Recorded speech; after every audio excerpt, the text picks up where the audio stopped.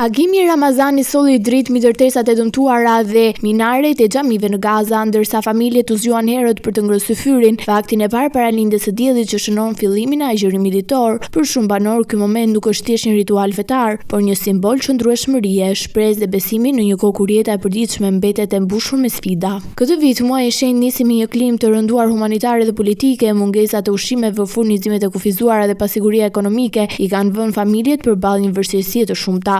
Organizata humanitare, vendase dhe ndërkombëtare kanë shtuar përpjekjet për shpërndarjen e pakove ushqimore dhe ndihmave bazë, duke pasur parasysh se gjatë Ramazanit nevojat rriten ndjeshëm. Që në orët e para të mëngjesit, besimtarët palestinez u drejtuan drejt te xhamia e madhe Omari, një nga monumentet më të vjetra fetare në qytet, për të falur namazin e parë të sabahut. Oborrit e salla e lutjeve u mbushën me burra, gra e fëmijë që luteshin për paqe, mëshirë dhe siguri për familjet e tyre. Ezani i sabahut ushtoi mbi qytet duke shënuar zyrtarisht nisjen e agjërimit nga lindja deri në perëndim të diellit. Pavarësisht realitetit të vështirë, pjesëmarrja e madhe me lutjet e para të Ramazanit dëshmoi për përkushtimin dhe forcën shpirtërore të komunitetit. Për banorët e Gazës, Ramazani mbetet një stres shprese, një moment të reflektimi dhe një dëshmi se besimi dhe solidariteti mbeten më të forta se çdo krizë.